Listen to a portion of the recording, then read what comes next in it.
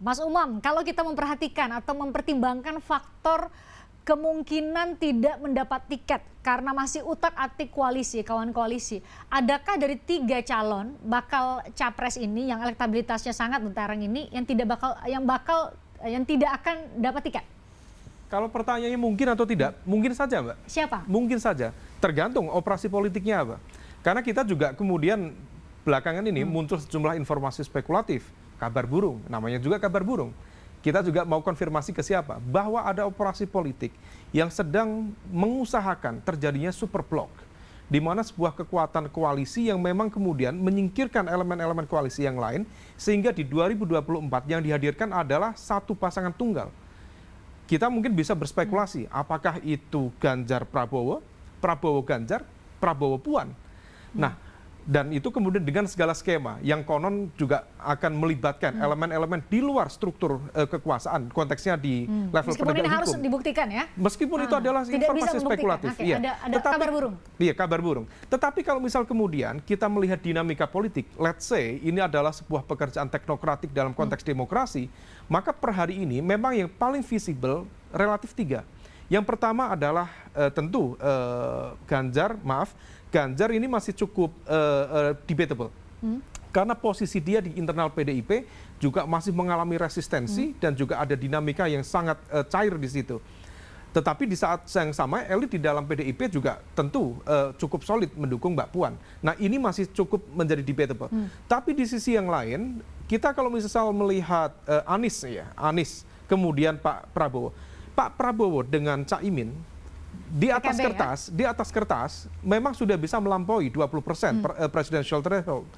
Tetapi sama, ada kebuntuan komunikasi, ada proses negosiasi yang kemudian tidak selesai hingga saat ini. Misalnya cawapresnya dikunci harus siapa? Sebenarnya di level ini Caimin sudah legowo, Mbak, untuk menjadi cawapres. Anda dengar begitu ya? Clear itu. Tetapi kemudian Pak Prabowo sendiri masih mengunderestimate, menimbang ulang, sepertinya bukan Caimin yang cocok untuk cawapres dan mendampingi Prabowo dan bisa mengantarkan Prabowo untuk posisi kemenangan di 2024. Itulah yang kemudian negosiasi belum selesai. Kalau Pak Anies? Kalaupun Pak Anies di level ini relatif terlihat solid, yaitu Demokrat, Nasdem, PKS. Tetapi di saat yang sama, ada proses negosiasi yang juga alot.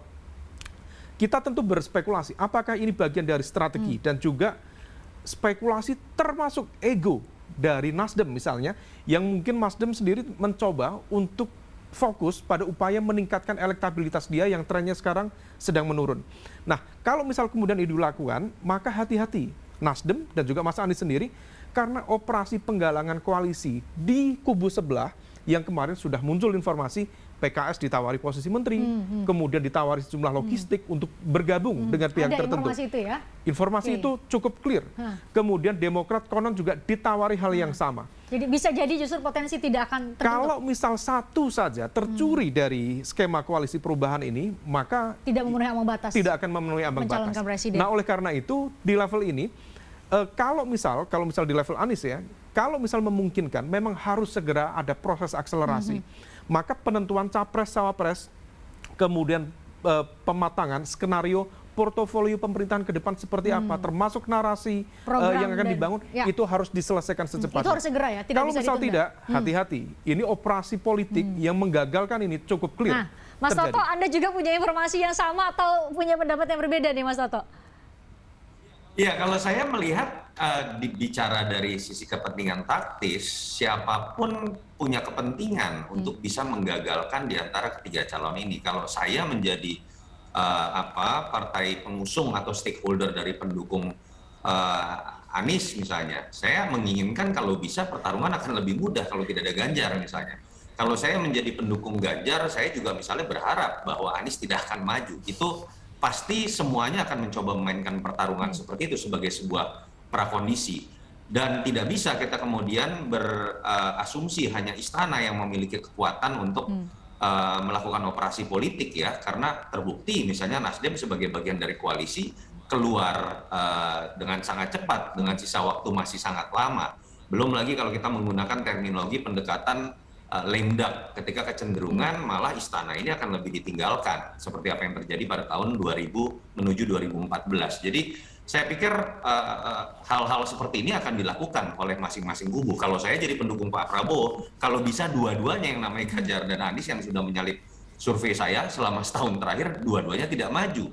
Apalagi dengan sebuah fakta bahwa hanya sayalah pemilik partai, yang satu tidak punya partai, yang satu hanya ngekos, kira-kira kan gitu. Itu yang menurut saya memang akan menjadi hal yang menarik, dan kita nggak bisa juga kemudian melihat bahwa siapapun yang terlebih dahulu mendeklarasikan nama calon, capres-cawapres sekalipun, bahkan sudah memenuhi presidensial threshold sekalipun, itu tidak akan mengalami perubahan sampai detik ketika ditutupnya pengumuman oleh KPU. Kita pernah punya sejarah bahwa nama cawapres pun kemudian dibandingkan dengan isu yang beredar berubah di jam-jam terakhir ya. Jadi memang menurut saya dinamisasi ini tetap tidak akan bisa kita baca sampai detik terakhir pengumuman pendaftaran KPU, tetapi memang patternnya kalau saya sendiri melihat dalam 3 bulan ke depan atau bahkan 2 bulan ke depan, kita sudah bisa mulai membaca polanya akan seperti apa, 2 pasang atau 3 pasang, walaupun tetap akan ada gray area terutama di nama-nama cawapres yang biasanya akan menjadi bargaining position tersendiri. Oke, menjadi bargaining position dan juga pasti punya insentif elektoral ya ketika dipasangkan. Kang Ujang, kalau Anda melihat partai politik saat ini kan masih manuver ya, masih membangun komunikasi politik. Tidak ada yang benar-benar sudah solid, semuanya masih cair. Terlepas dari cairnya agak padat dikit, ya kan ada yang masih sangat cair. Tapi menurut Anda, apakah yang kami lihat sebagai publik gitu ya, di depan kita tahu bahwa nanti partai itu akan memilih atau mengusung capres yang diharapkan bisa memberikan insentif elektoral terhadap partai politik.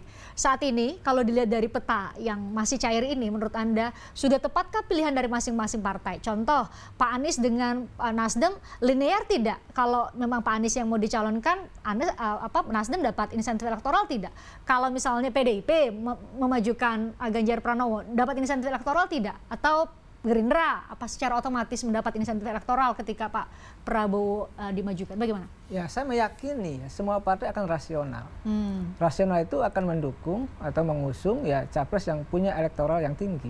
Jadi elektabilitas yang tinggi itu standar lah, parameter ukuran utama dulu itu. Jadi dari kacamata itu pun nggak mungkin lah keluar dari 3 besar ini. Dari kacamata itu ya. Tadi Kang Toto sudah mengatakan 2-3 bulan akan kita lihat polanya gitu kan. Ya, saya melihat tidak akan ada jauh perubahan dari peta itu. Nah, saya melihat bahkan kan begini di KIB misalkan Pak Zulhas mengatakan bahwa nanti akan rasional. Makanya capres dan cawapres KIB belum pernah dipublikasi, nggak ada karena misalkan siapa yang akan didukung, apakah internal atau eksternal. Kalau internal seberapa tinggi elektabilitasnya misalkan Pak Erlangga, Zulhas maupun Ketua Umum P3 Pak Mardiono misalkan. Nah itu kan nggak ada kekuatan yang katakanlah mengerek mereka untuk bisa menaikkan elektabilitas partainya karena survei dari mereka masih di bawah lah katakan seperti itu. Oleh karena itu saya melihat bahkan ini saya diskusi juga gitu ya bahwa KIB itu ya mohon maaf dibentuk memang saya katakan lagi ini saya jelaskan memang untuk menjadi sekoci daripada Pak Ganjar. Ini ada informasi itu saya yang perlu kita verifikasi lagi. Saya terkonfirmasi makanya Pak Erlangga ketika ulang tahun Golkar ke-58 mengatakan urusan capres itu menunggu restu Pak Jokowi atau arahan Pak Jokowi. Ini sangat clear. Jadi artinya KIB sendiri partai-partai politik yang di dalam yang punya kekuatan besar katakanlah begitu ya ada partai besar di seluruh Golkar belum mampu juga untuk bisa mendeklarasikan capresnya. Bicara soal tadi kita menunggu restu Pak Jokowi, kita perlu mengkonfirmasi lagi apakah memang Pak Jokowi memberi restu kepada salah satu bakal capres yang muncul 3 teratas ini. Itu satu, karena masih banyak sekali sepertinya pernyataan-pernyataan Pak Jokowi yang kemudian dipersepsikan oleh masing-masing pendukung berbeda. Itu 2, yang berikutnya adalah menjadi pertanyaan seberapa besar insentif elektoral yang bakal diberikan ketika benar-benar calon tersebut atau bakal capres tersebut mendapat endorse dari Pak Jokowi. Usai jeda kami bahas di obrolan malam.